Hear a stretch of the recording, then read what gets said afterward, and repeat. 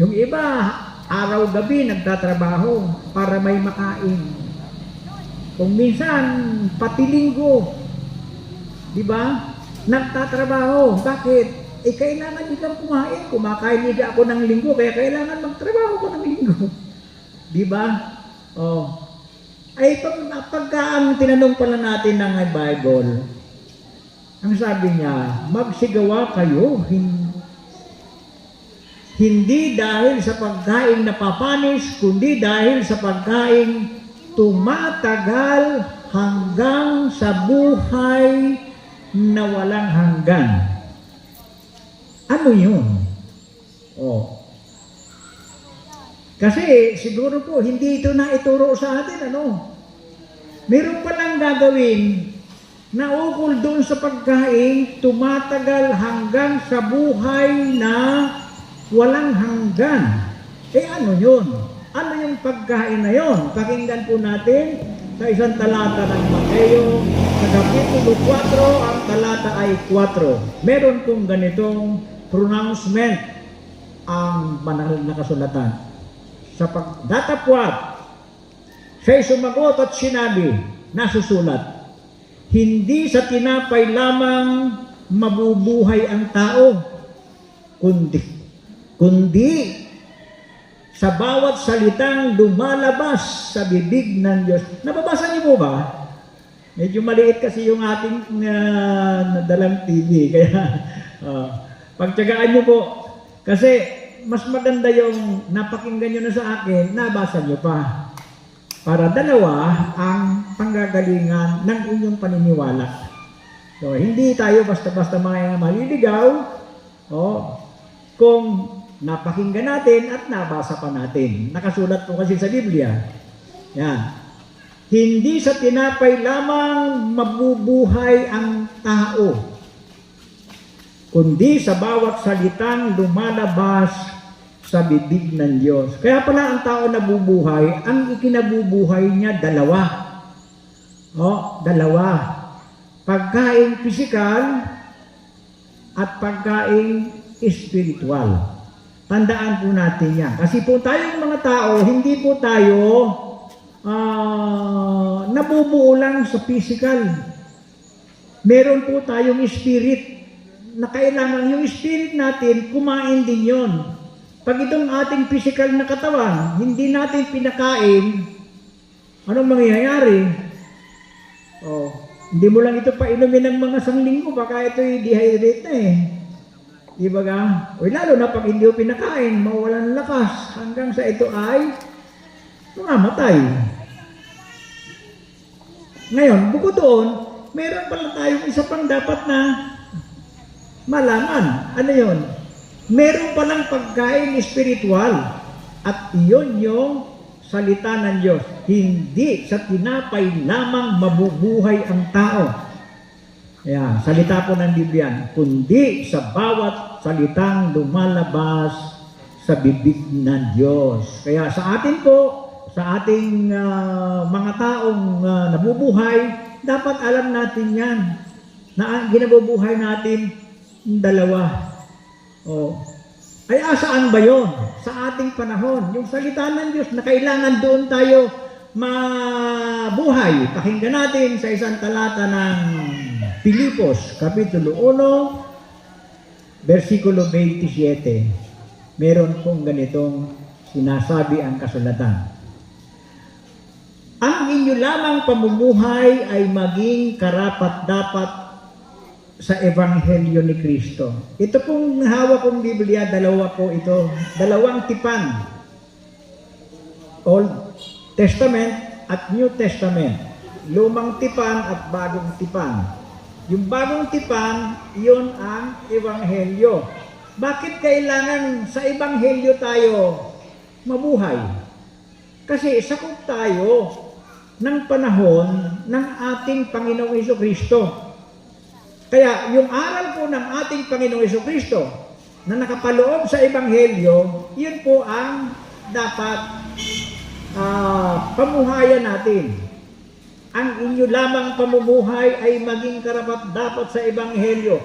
upang maging ako ay dumating at kay makita wala man sa harap ninyo, mabalitaan ko ang inyong kalagayan na kayo'y matitibay sa isang espiritu, na kayo'y magkaisa ng kaluluwa na nagsisikap sa pananampalataya sa Ebanghelyo. Yan. Yung po ibig sabihin, kung mabubuhay tayo dito sa mundo, dapat nakasalig dito sa Ebanghelyo. Hindi na po doon sa aral ni Moises. Kung hindi doon sa aral ng ating Panginoong Hesus. Bakit? Bakit sa aral ng Panginoong Hesus tayo dapat magpasakop? Pakinggan natin sa isang talata ng Roma, ganito po ang nakasulat sa Kapitulo 1, versikulo 17. Ito po ang sinabi ng apostol ng Pablo. Pablo po, ang apostol nating mga Pilipino, ng mga Hintil, ng mga Amerikano, mga Chinese, mga Hapon, lahat ng taong isinilang sa labas ng bansang Israel, ang sumasakop na apostol dyan ay si Apostol Pablo. Anong sabi ni Apostol Pablo? Ang sabi niya, sapagkat dito ang katuwiran ng Diyos ay nahahayag mula sa pananampalataya hanggang sa pananampalataya, gaya ng nasusulat, ngunit ang ganap ay mabubuhay sa pamamagitan ng pananampalataya. Dito ang wika, yung dito po, pronombre po yan sa Ebanghelyo. Tas natin sa 16 para makita natin yung sinabi niya dito. Sapagkat hindi ko ikinahihiya ang Ebanghelyo, sapagkat siyang kapangyarihan ng Diyos sa ikaliligtas ng bawat sumasampalataya, unay sa Hudyo at gayon din sa Griego. Sapagkat dito ang kapangyarihan ng Diyos ay nahahayag mula sa pananampalataya. Ibig sabihin, mula sa pananampalataya nung nagturo hanggang sa pananampalataya nung tinuturuan. Gaya ng nasusulat, ngunit ang ganap ay mabubuhay sa pamamagitan ng pananampalataya. So, kaya makita po natin, meron palang dalawang klase ng aral o dalawang klase ng turo sa atin, sa Panginoon Jesucristo. Ang kanyang turo, kung tayo gagawa saan? Dapat gagawa tayo bagay ng ayon sa Espiritu. Yung pagkain hindi napapanis, kundi tumatagal hanggang sa buhay na walang hanggan. Yun po ang dapat, kasi nakalimutan ng mga tao ngayon yun eh. Yung ganong, kita nyo po ngayon, pagkalinggo, saan ang maraming tao?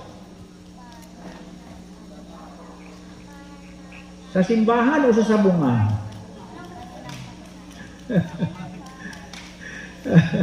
Bakit? Kasi nakakalimutan talaga yan. Doon yan, naroon ng mga tao doon ng hugos eh. Naroon sa mga pasyalan. Diyan naroon ng tao. Wala doon sa pag-aaral ng banal na kasulatan. Kaya, sana po, makita natin. Dapat, para tayo ay ngayon, sa ating panahon, na pwede pa tayong, kumbaga ay may panahon pa tayo na bumalikwas para hindi tayo magaya doon sa iba na kinapos ng panahon, namatay yung kanilang katawan na hindi sila nakapagbalik loob sa Diyos. Kailangan po natin yan. Ngayon, bakit dalawa ang pagkain nasa tao? Pagkain na papanis at pagkain tumatagal sa buhay na walang hanggan. Bakit dalawa? Pakinggan natin ang dahilan.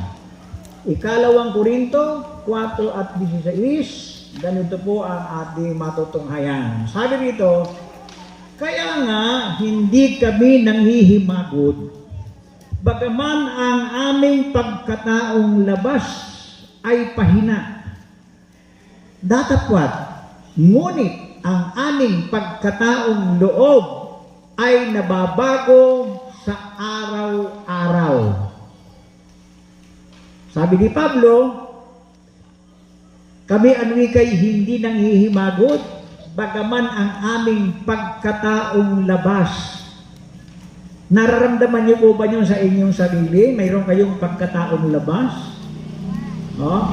At meron din naman kayong pagkataong loob. Sabagay, hindi yan masyadong nararamdaman ng mga bata. Ang nakakaramdam yung mga tatanda, gaya ko halimbawa, 80 anyos. Pag ako'y gumigising sa umaga at hindi pa ako kumikilos, wala akong nararamdaman. Yun. Ang pagkakaano ko sa sarili ko, bata pa ako. Pero pag kumilos na ako, pag kinilos ko na yung aking katawan, yun, saka ko nalalaman na matanda na pala ako.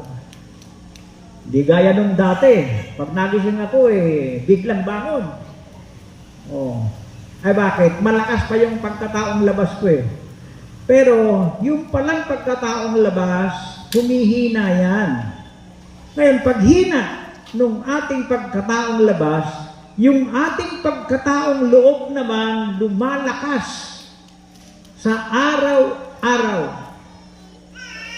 Ganun po ang construction ng ating pong pagkatao. Meron tayong pagkataong loob, meron tayong pagkataong labas. Kailan? Bakit tayo nagkakaroon ng pagkataong loob?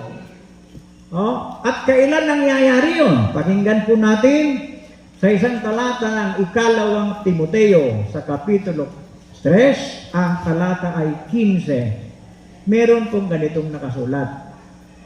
Ang sabi diyan, at mula sa pagkasangkol ay iyong nalalaman ang mga banal na kasulatan na makapagpapadunong sa iyo sa ikaliligtas. Mula sa pagkasanggol ay iyong nalalaman ang mga banal na kasulatan na makapagpapadunong sa iyo sa ikaliligtas sa pamamagitan ng pananampalataya kay Kristo Jesus. Maraming lamok. Yan. Sino po sa inyo ang born again?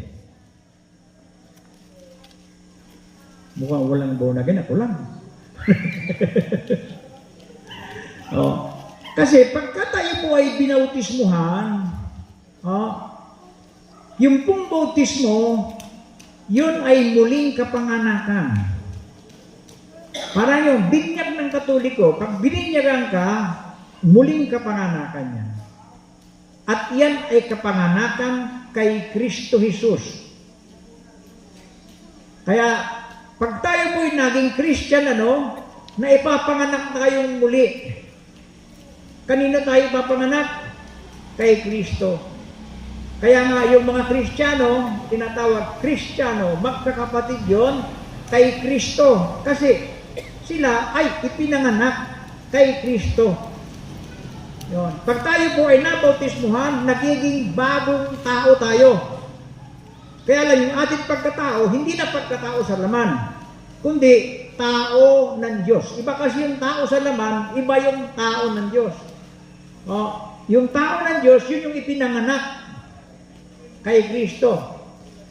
Mula sa pagkasanggol, yung nalalaman ang mga banal na kasulatan na makapagpapadunong sa iyo sa ikaliligtas sa pamamagitan ng pananampalataya kay Kristo Jesus. Kaya may mga tinatawag na brother and sister in Christ. Bakit? Mga ipinanganak kay Kristo. Yung po yung born again. Ay meron naman kasi iba, hindi naman born again eh. Kasi gaya-gaya lang, gumaya lang sila. Hindi naman nila alam kung bakit kailangan ipanganak ang tao. Hindi naman nila alam kung sino ang nanganak nung sila ipanganak. Basta parang lang. Marami pong ganun mga kapatid. At yun po, kami, mahanda po kami sumagot sa lahat ng tanong na pwede nyo pong itanong tungkol dyan sa mga bagay na yan. Kasi yan po ay nasa Biblia. Mga magulang at mga kababayan. Kaya, yung palang isang tao, pagka yun ay naging Christian, nagiging dalawa ang pagkatao niya. Pagkataong labas at pagkataong loob. Bakit nagkakaroon ng pagkataong loob?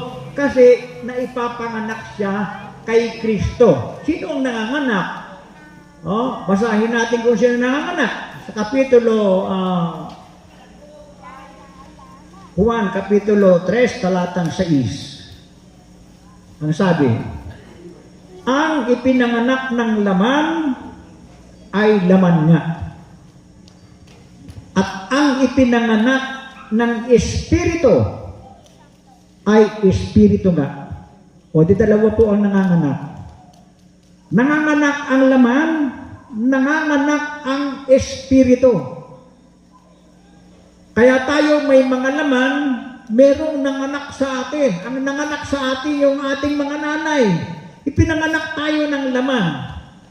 Pero, pagkatapos noon, kailangan ipanganak tayo ng Espiritu. At yun po yung tinatawag nating baptism. Taas mo sa 5. Katotohanan sinasabi ko sa inyo, sabi ni Jesus. Totoo. Yan.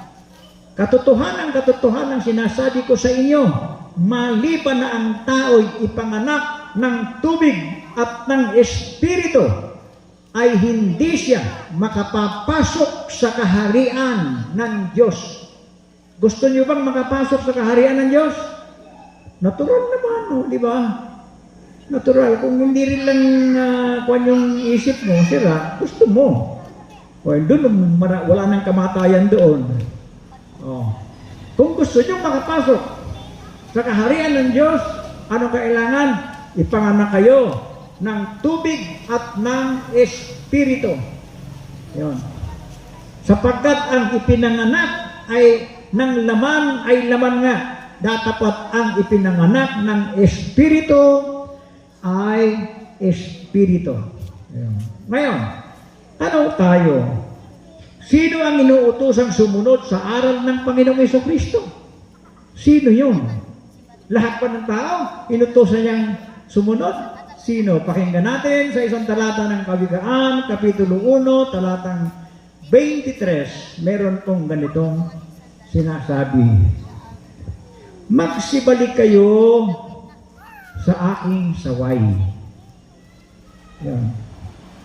Narito, aking ibubuhos ang aking Espiritu sa inyo at ipakikilala ko sa inyo ang aking mga salita. Yan. Sino po ang inuutosang sumunod sa aral ng Panginoong Jesucristo? Yung bumalik sa saway. Yung bumalik doon sa mga huwag ng Diyos. Huwag. Kasi ang utos ng Diyos maraming huwag eh. Merong mga don'ts, pero merong mga don'ts. Yung mga don'ts, yung mga don'ts ng Diyos, balikan natin yon. Yung saway. Magsibalik kayo sa aking saway. Narito, aking ibubuhos ang aking Espiritu sa inyo. At ipakikilala ko sa inyo ang aking mga salita. Gusto niyo bang makilala ang salita ng Diyos? Anong gagawin? Bumalik sa saway. Balik tayo doon sa mga wag ng Diyos. Wag kang marami. Wag kang papatay. Wag kang magdanakaw. Wag kang mangangalo niya. Wag kang marami yan, mga wag na yan. Balikan natin yan. Sabi ng Diyos, narito, aking ibubuhos ang aking Espiritu sa inyo at ipakikilala ko sa inyo ang aking mga salita. Maraming nagbabasa ng Biblia, hindi nakikilala yung salita na kanilang binasa. Kaya nga hanggang ngayon, ang daming naliligaw. Ang daming mga kanya-kanyang ginawang hanap buhay yung relihiyon. Kaya itong Biblia ay talagang kalagad na kalagad dito ng mga pastor, ng mga kung ano-anong mga minister para gawing kapital. Ito. Ngayon po, hindi nagturo ng negosyo si Kristo. Si Kristo po, kaya nagkatawang tao, gusto niyang magligtas. Kaya para maligtas tayo, anong kailangan? Dapat makilala natin yung salita ng Diyos. Dapat alam natin yung salita ng Diyos. Kailan natin makikilala ang salita ng Diyos? Kung tayo ay mabubuhusan ng Espiritu ng Diyos. Tayo pong mga tao, mga Espiritu tayo. Ngayon, ang naibuhos sa atin karamihan, Espiritu ng masama. Payag kayo mga kapatid? Karamihan ang naibuhos na Espiritu, Espiritu ng masama. Bakit lumaganap ang korupsyon sa Pilipinas? Ba't yung senador natin ay nakukulong? Bakit yung mga nag-aral ay napupunta doon sa masama? Nabuhusan ng masamang espiritu ang mga tao. Ganun po mga kapatid. Kaya lang salamat sa Diyos. Tayong mga mahihirap, mga dukha, hindi tayo masyadong nabubuhusan ng masamang espiritu Yung kung nasaan yung kapangyarihan, nasaan yung mga taong mga matataas ang pinag-aralan, yun ang nabubuhusan ng masamang espiritu. Kaya ang ating pong bansa, pasama ng pasama. Ang ating mundo, pasama ng pasama. Bakit? Hindi nabubuhusan ang espiritu ng Diyos. Hindi makabalik sa saway. Bakit? Walang nagbabasa nito Wala. Kaya sinasabi ng Biblia, mapalad ang bumabasa. Bakit? Pag bumasa ka kasi, masusumpungan mo sa Biblia Kasi ito pong Biblia, pinasulat ito para basahin. 16:34 ng Isaias. Kaya ipinasulat ito para basahin. Tapos ayaw basahin. Nakatikyop ito. Kahit sa mga husgado natin, hindi man ito binabasa May mga nasa sakdal. Bibigyan ng Biblia, papatong yung kamay dyan sa Biblia. Ikaw ay magsasalita ng katotohanan, pawang katotohanan lamang. Ayan. Opo. Okay na. Pero ang totoo, hindi naman nila alam. Kasi hindi naman nagbasa. Utos pang basahin, utos. Inyong saliksikin sa aklat ng Panginoon at inyong basahin. Kahit isa sa mga ito hindi magkukulang. Walang mangangailangan ng kanyang kasama. Sapagkat iniutos ng aking bibig at pinisan sila ng kanyang espiritu. Meron pong isang espiritu na nagpipisan noong mga salita ng Diyos na nakasulat sa Biblia. Kaya inyo anwikang saliksikin sa aklat ng Panginoon. Inyong basahin. Binabasa ba? Hindi. Kaya hanggang ngayon po, wala tayong alam kasi hindi binabasa. Minsan may bumabasa naman sana, kaya lang, wala namang nakikinig. Di ba? Ilan ang population dito sa, dito sa, ano ba ito? Kabiguan. Ngayon, palitan natin kaya yan, kabiguan na yan. Gawin natin kapalaran. Mas maganda.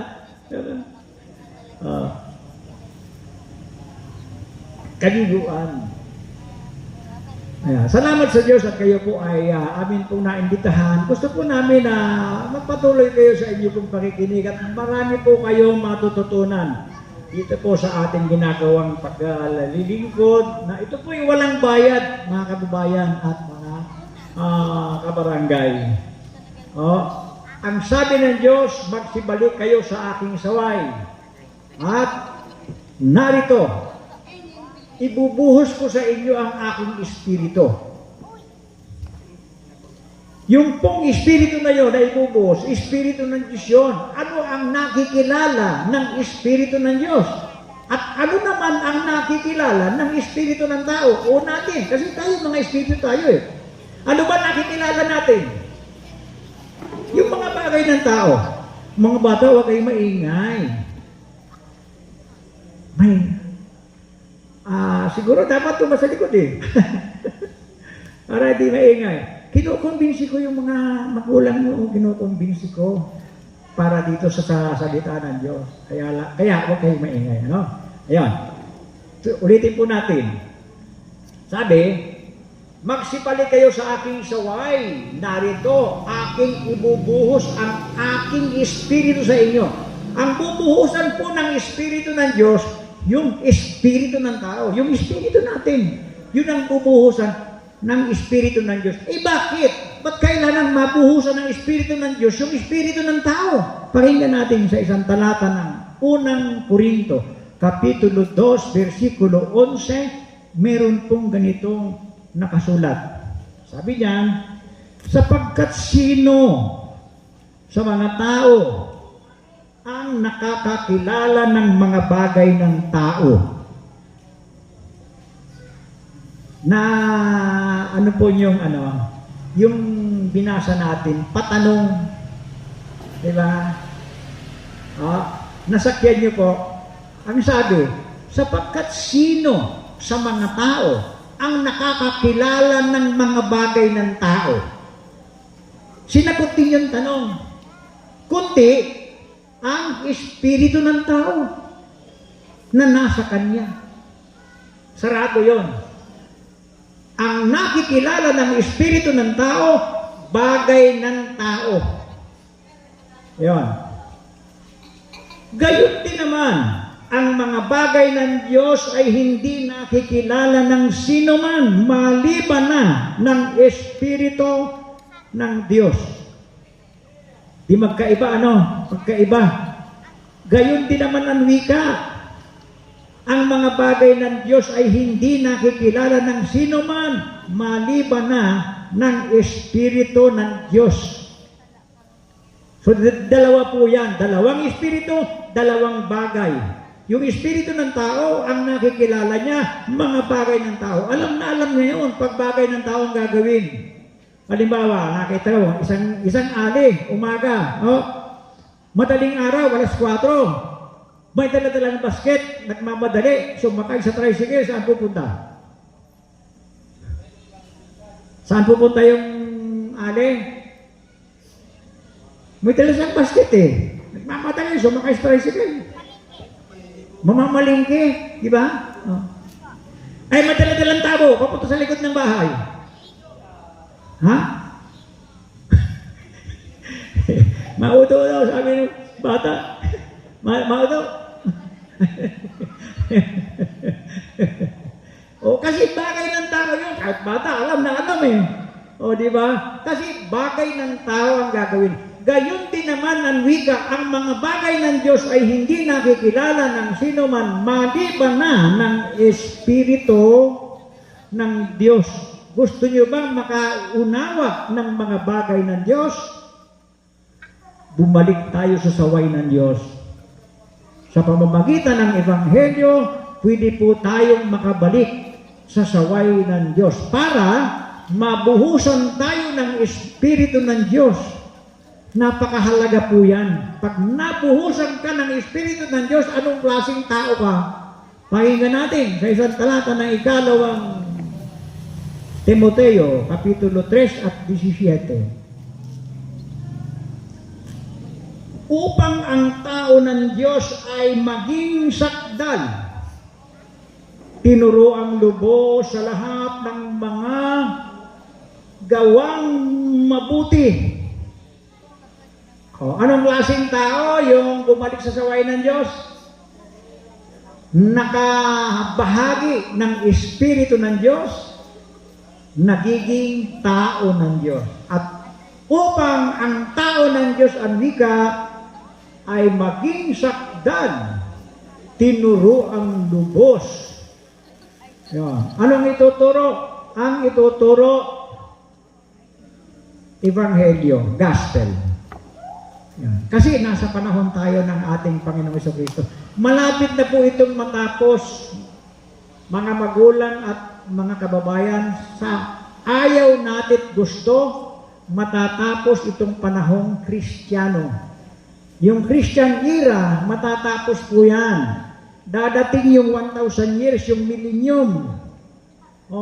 Yung millennium, yun ngayon ang pupuntahan ng mga nakumbinsi nitong ebanghelyo. Hindi ka nakumbinsi ng ebanghelyo, hindi ka papasok sa 1,000 years.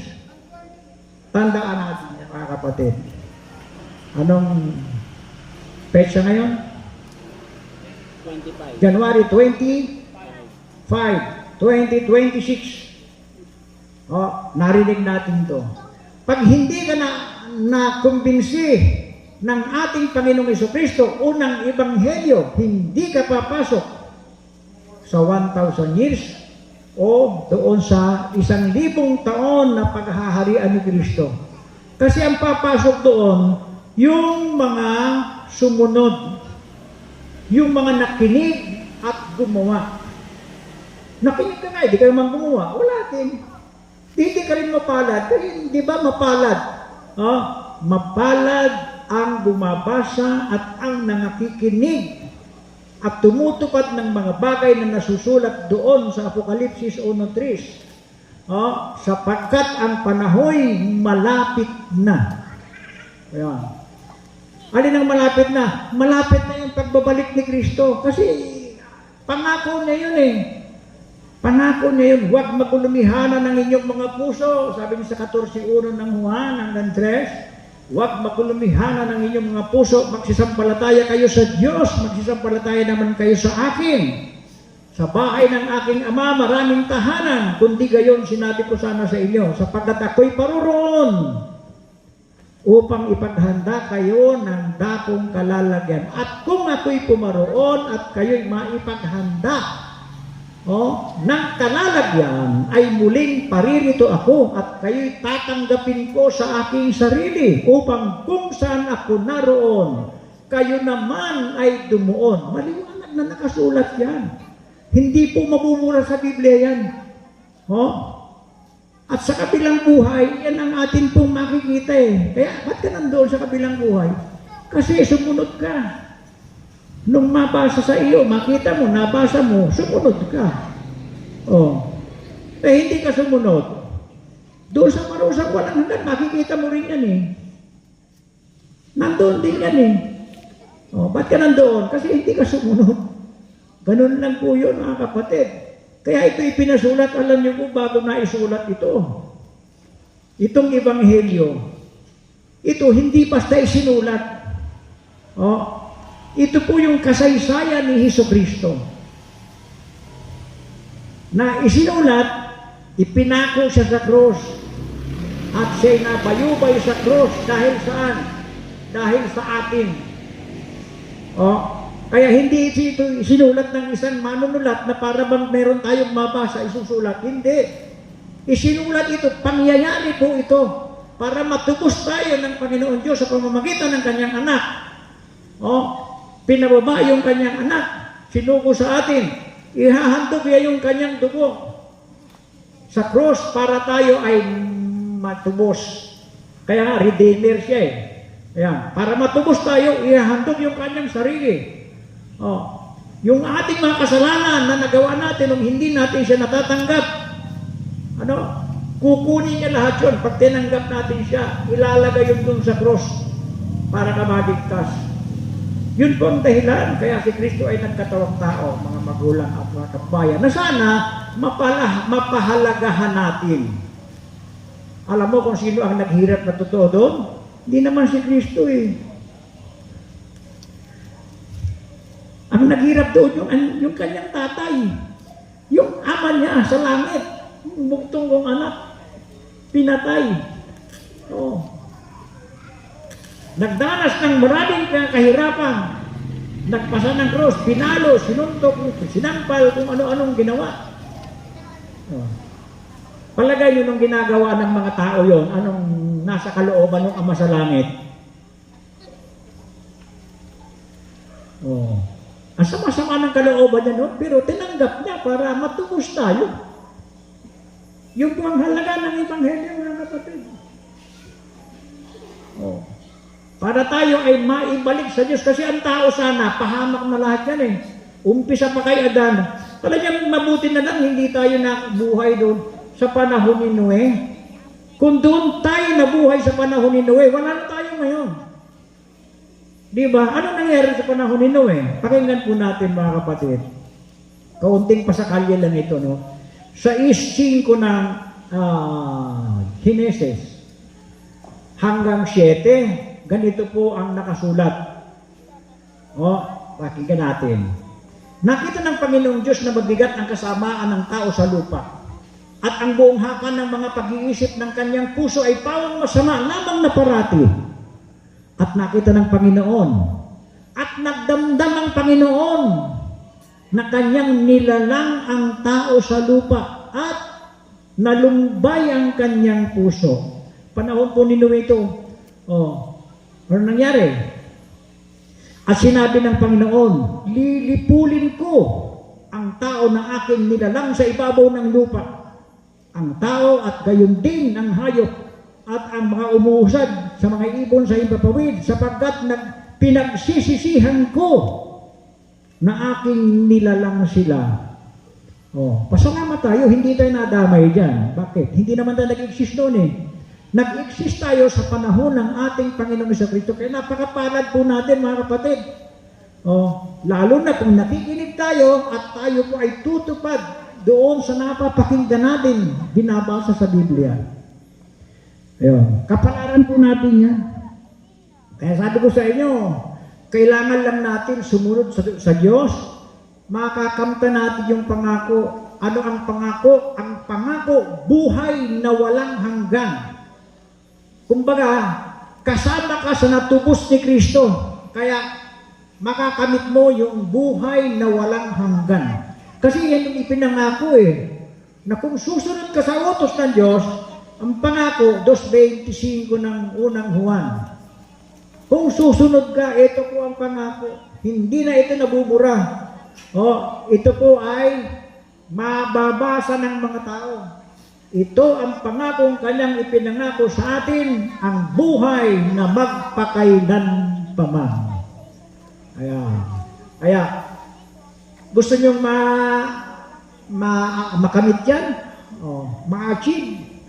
Yang buhay na walang hanggan? Saan tayo pupunta? Pakinggan natin sa isang talata ng Ezra 7:23. Sabi, anumang iniutos ng Diyos ng langit, gawing lubos sa bahay ng Diyos ng langit. Sapagkat bakit magkakaroon ng pot ang Diyos laban sa kaharian ng hari at ng kanyang mga anak?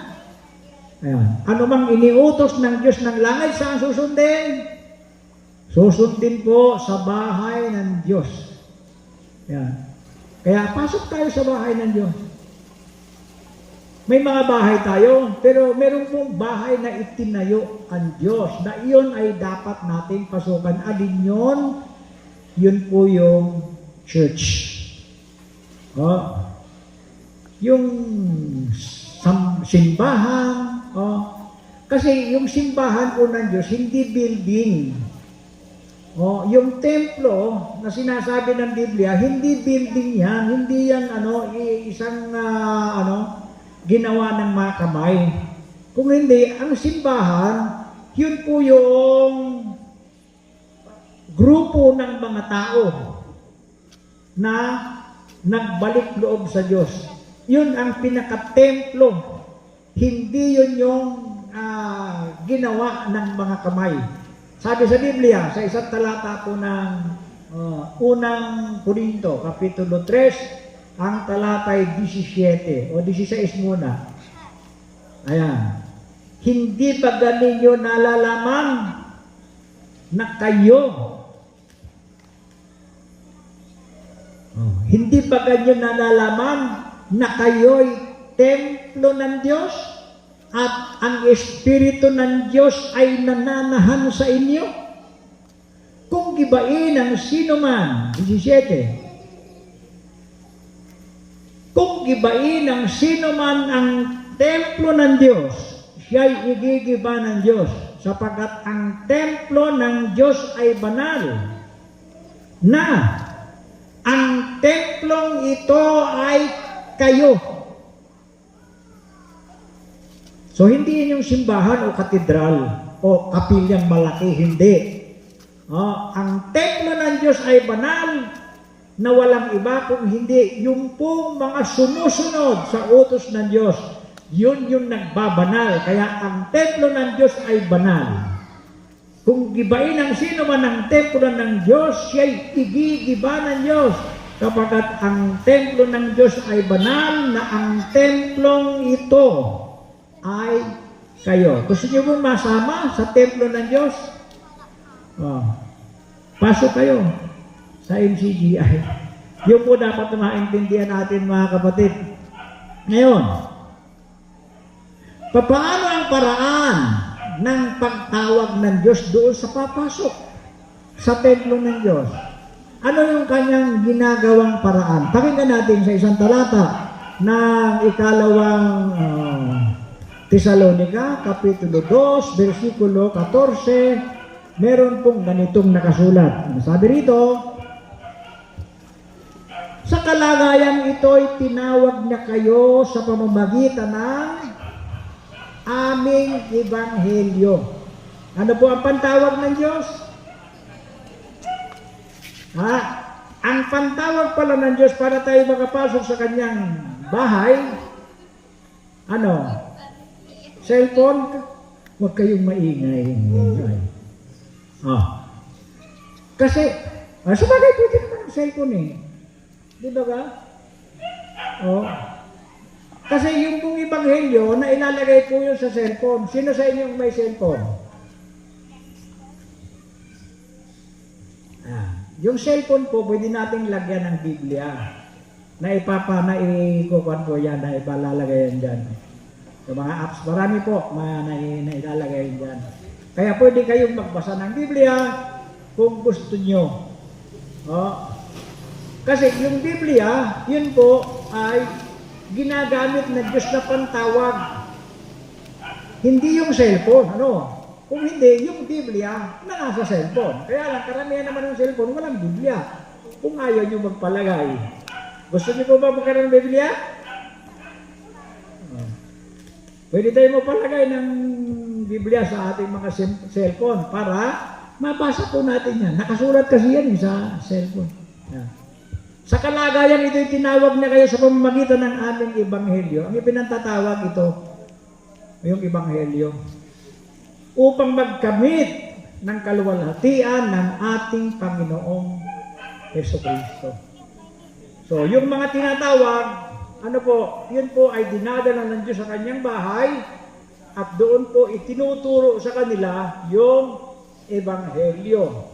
Para meron po kasing purpose yun 2:12 ng Pilipos. Ang sabi nito, kaya nga mga minamahal ko, kung paano ang inyong laging pagsunod na hindi lamang sa harapan ko, kundi bagkus pa ngayong ako'y wala, ay lubusin ninyo ang gawain ng inyong sariling pagkaligtas na may takot at panginginig.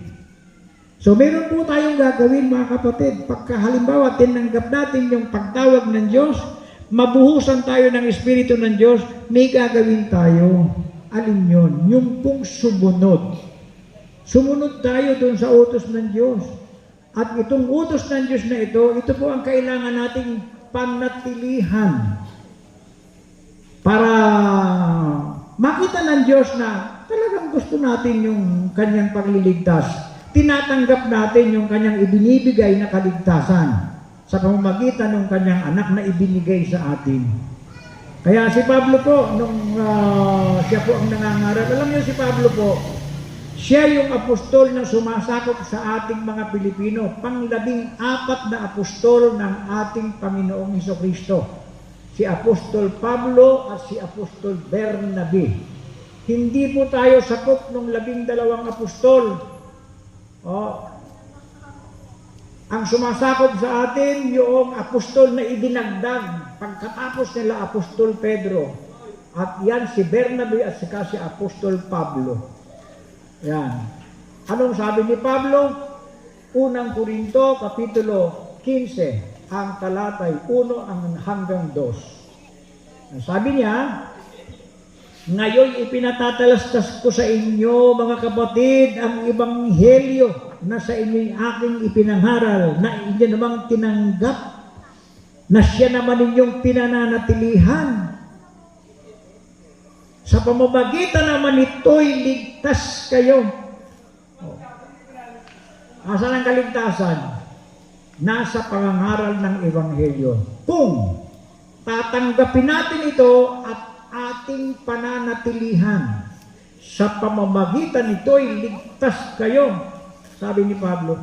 Kaya ang kaligtasan po natin ngayon, mga kapatid, daladala ng ebanghelyo, daladala ng gospel. Pagbaba ng ating Panginoong Jesucristo, saka po ito isinulat. Unang sumulat nito, yung mga apostol, tapos yung mga manunulat. Ayan, naririyan ang ebanghelyo. Kailangan po natin yan, mga kapatid, samantalang tayo'y may pagkakataon. Hindi kasi lahat ng pagkakataon nasa atin.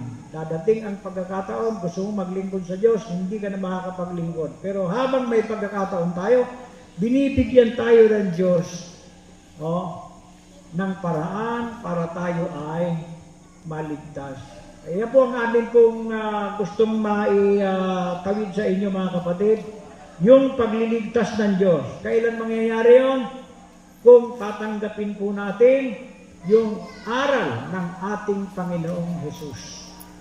At sa susunod po yan, mga kapatid, kung luluobin ng Diyos, ang ating pong pag-aaralan naman pangalawa.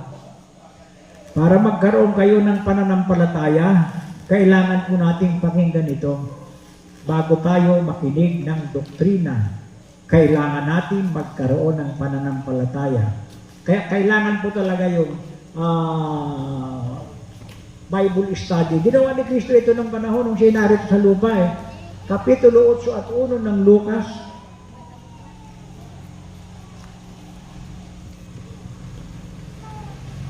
Ayan.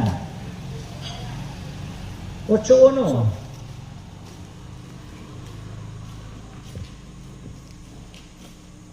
At nangyari pagkatapos ng kaunting panahon na siya'y naglalakad sa mga bayan at mga nayon, na ipinangangaral at dinadala ang mabubuting balita ng kaharian ng Diyos, at kasama niya ang 12. Noong si Kristo po nasa lupa, ganito rin po ang ginagawa niya. Nabasa na natin, samantalang nagsasalita siya, mayroong isang babaeng nasa gitna ng karamihan. Sabi ng babae, mapalad ang tiyang sa inagdala at ang mga dibdib na iyong sinusuhan. Sumagot sa Jesus, oo, mapalad ang nanay ko, pero lalong mapapalad ang nangakikinig ng salita ng Diyos at ito'y ginaganap. Gusto mong maka-achieve, maka-receive nung kaligtasang daladala ni Kristo? Kinig po tayo ng ating pong mga pag-aaral. Yan po, mga kapatid. Sige po, baka mayroon kayong tanong, mga kapatid.